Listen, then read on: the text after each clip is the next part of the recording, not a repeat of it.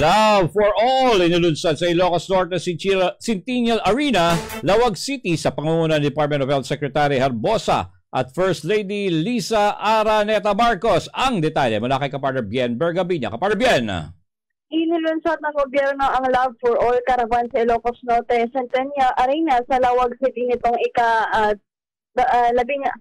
dalawa ng Setyembre taong 2023. Isa sa nagpakita ng full support ito ang Department of Health sa panguna ni Secretary Ted Herbosa. Ito ay pinangunahan ni First Lady Liza Araneta Marcos kasama iba pang national government agencies. Ang karavana ito ay inisyatibo ng Administrasyong Marcos upang magpaabot ng libreng selebrasyon, pangkalusugan kagaya ng pamamahagi ng libreng mga gamot at konsultasyon para sa ENT, pediatrics, surgery, vaccination, eye check-up, obstetrics, gynecology, ECG, X-ray at iba pa. Dumalo rin sa launching ang Love for All at ang iba pang mga ahensya ng gobyerno gaya ng Department of Social Welfare and Development, Department of Agriculture, Technical Education and Skills Development Authority, Food and Drug Administration, Philippine Health Insurance Corporation at lokal na pamahalaan lungsod ng Lawag City. Ang DOH ay patuloy na susuporta sa Love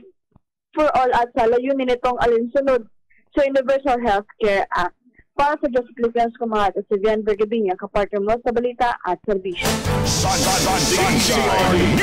Samantala, magandang relasyon ng Tayug Police sa mga barangay captain, malaking tulong sa pagpapanatili ng mapayapang BSKE. Ang detalye mula kay kapartner Vic Taon. Kapartner Vic. Good morning mga kapartner. Malaking tulong ang pagkakaroon ng magandang relasyon ng Tayug Pangasinan Police Station sa mga barangay captain sa pagkakaroon ngayon ng barangay and sangguniang kabataang eleksyon. Ito ang ibinahagi ni Tayug Chief of Police, Police Major Anastasio Sibayan Jr. sa panayam ng Sunshine Radio News Team. Sunshine News Blast! Ito yung continuation, yung na-develop natin na relationship sa mga barangay captains. For more than 1 year po dito, from time to time, kinakausap ko yung mga kapitan ko. Then sila nagpupunta rito. So walang parang naitatago as to their situation, present at saka yung incoming possible situation is namomonitor at nalalaman ko at pasalamat ko po sa mga barangay officials na kasalukuyan kasi napakalaki po yung tiwala nila sa kapulisan. Nagpapasalamat din si Police Major Sibayan sa mga kapitan dahil sa pagtitiwala na binibigay nila sa kanya bilang hepe ng Tayug dahil bukas ang mga ito sa pagsasabi sa kanilang mga sitwasyon. Dagdag dito, nagkakaisa kapulisan at mga kapitan sa pagsisilbi sa kanilang mga barangay. Sa ngayon patuloy din ang patrolling, pagtatalaga ng COMELEC checkpoints at pag-check sa mga papasok sa Pangasinan mula sa Region 2 via Malicos, San Nicolas, Tayug. Pinalita din ni Police Major Sibayan na personal din siyang nag-monitor sa nagdaang paghahain ng Certificate of Candidacy noong August 28 hanggang September 2 kung saan nakatutok din ng personal o ang mga personnel ng Tayug Police. Nakahanda rin ang kapulisan ng Tayug sa pagbibigay ng seguridad sa mga kandidato kung kinakailangan. Sa ngayon, nailipat na rin ang mga police personnel ng Tayug na may mga kamag-anak na tatakbo sa BSKE sa bayan. Para sa Diyos sa Pilipinas kong mahal, Bigpahod kapartner mo sa balita at serbisyo. Sunshine News Blast! DCRD Sunshine Radio Report! Ilang mga pagunlad sa Narciso Ramos Elementary School, Singgan, pinangunahan ng bagong destinong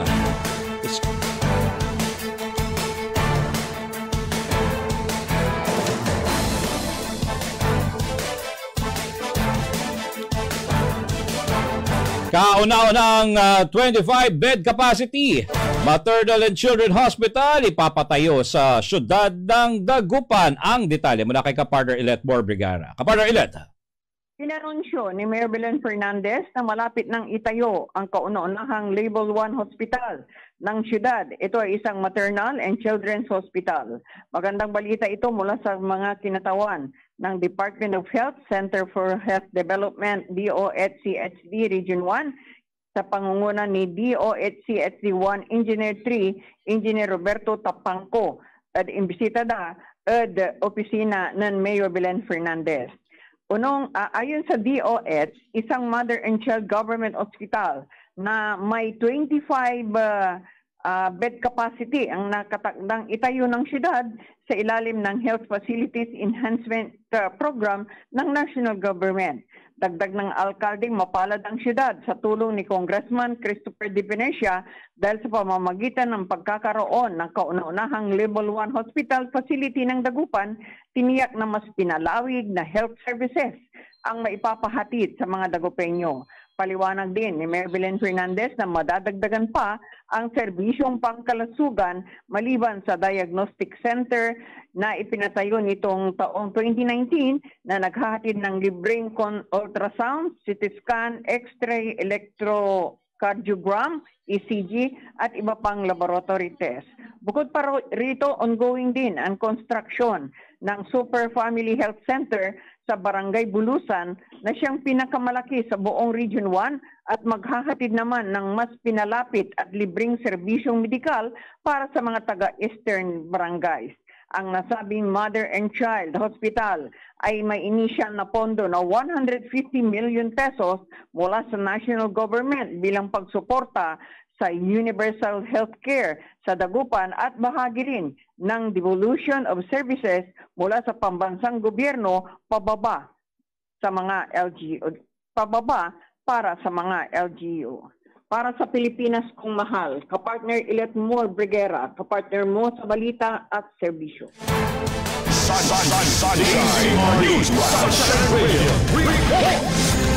Samantala, ilang mga pagunlad sa Narciso Ramos Elementary School ng Asingan pinangunahan ng bagong destinong school principal. Ang detalye mula kay kapartner Lerna Hernandez. Kapartner Lerna! Yes, kapartner, pinangunahan ng school principal na si Sir Joseph Reyes ang pagbabago at kaunlaran sa Narciso Ramos R. Elementary School, Asingan, Pangasinan. Sa panayam ng Sunshine Radio News Team, ipinahagi ng principal na siya ay kalilipat lamang noong Pebrero ngayong taon. Isa sa kanyang mga improvement na isagawa sa paaralan ay ang pagkakaroon ng reading park, basketball court, paglilinis sa dating dump site at paglalagay ng mga CCTV sa paaralan. Sa ngayon, medyo nag-increase aniya na bahagya ang enrollment dahil sa pagsasara ng isang paaralan sa bayan ng Asingan. Sunshine News Blast! So, nag-increase yung enrollment namin dito because of the closure of St. Louis Central Catholic School. Yung iba pumunta po dito because of the closure. Kasi for what reason, hindi na po namin alam. So, yung mga estudyante namin ay coming from different barangays, not only from Poblacion East and West, but meron pa yung mga ibang barangays na nanggagaling. Kaya, Narciso Ramos Elementary School Speed Center caters learners from different barangays, especially so that we have our LWDs, or the learners with special needs, this speed. That is why we cater around more than 50 learners with disabilities. Sa kabila dito, naging matagumpay ang first week of classes at ang pagpapatubad ng no features sa mga usali sa silid paaralan. Aminado naman ang principal na may hamon na kinahaharap ng mga guro sa pagbabalik ng face-to-face classes, ngunit ito aniya ay kanilang tinutugunan. Para sa Diyos at Pilipinas kong mahal, Lerna Hernandez, kapartner mo sa balita at serbisyo. Sa iba pang mga balita, alam mo, City Tourism and Cultural Affairs Office katuwang ang Department of Tourism Region 1. Sinimula ng Filipino Brand of Service Excellence Seminar. Ang detalye mula kay kapartner Sheila Balo. Kapartner Sheila.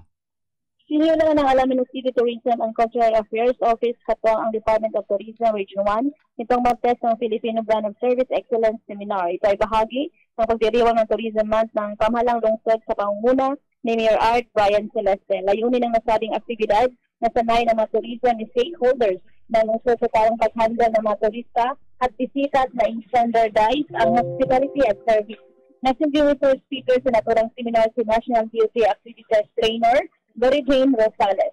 Para sa Diyos sa Pilipinas kung mahal, sinagalo kapatid mo sa balita at Samantala, price ceiling na sa bigas, araw-araw na minomonitor ng Umingan Municipal Agriculture. Ayon yan kay Engineer Calderon. Ang detalye sa pagbabalik ni Lerna Hernandez. Kapartner Lerna.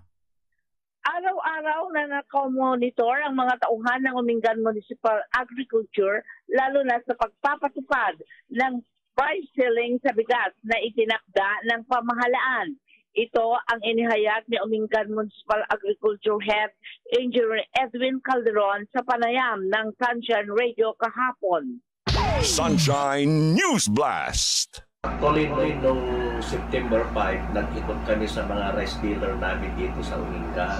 Yung out of 10 na rice dealer, bali 4 lang yung may tindang bigas na well-made rice na 41 at saka yung regular na 41 at saka yung well-milled rice na 45. Bali, 4 lang na dealer ang bali mayroong tinda ng gano'n. Pero sa ngayon, after mga a week, nadagdagan din naman na yata sila ng mga 4 para nagtitinda.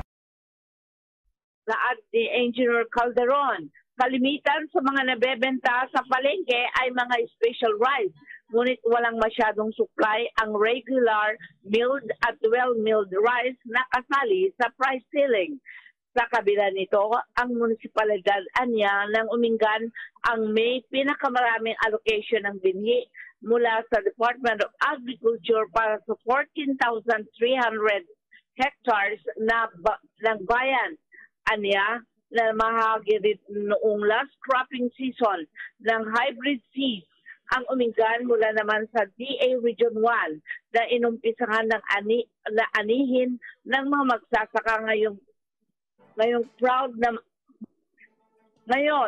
proud naman si Engineer Calderon dahil halos 50% sa inaani ng mga magsasaka ng bigas na naibebenta na sa labas ng munisipalidad.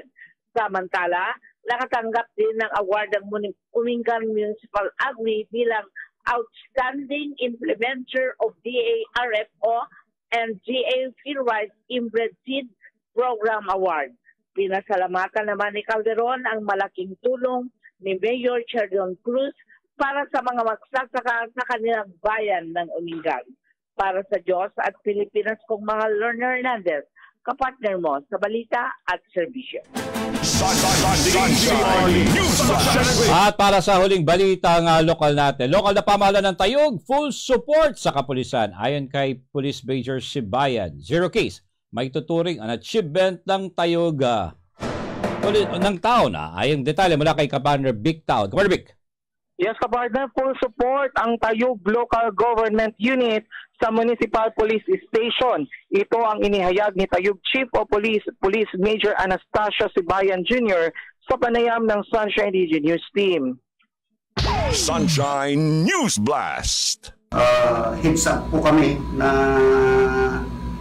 Police Tayug kasi napaka-supportive po ang LGU sa pangunahan po ng ating buting mayor, si Honorable Atty. Tyrone Alagas.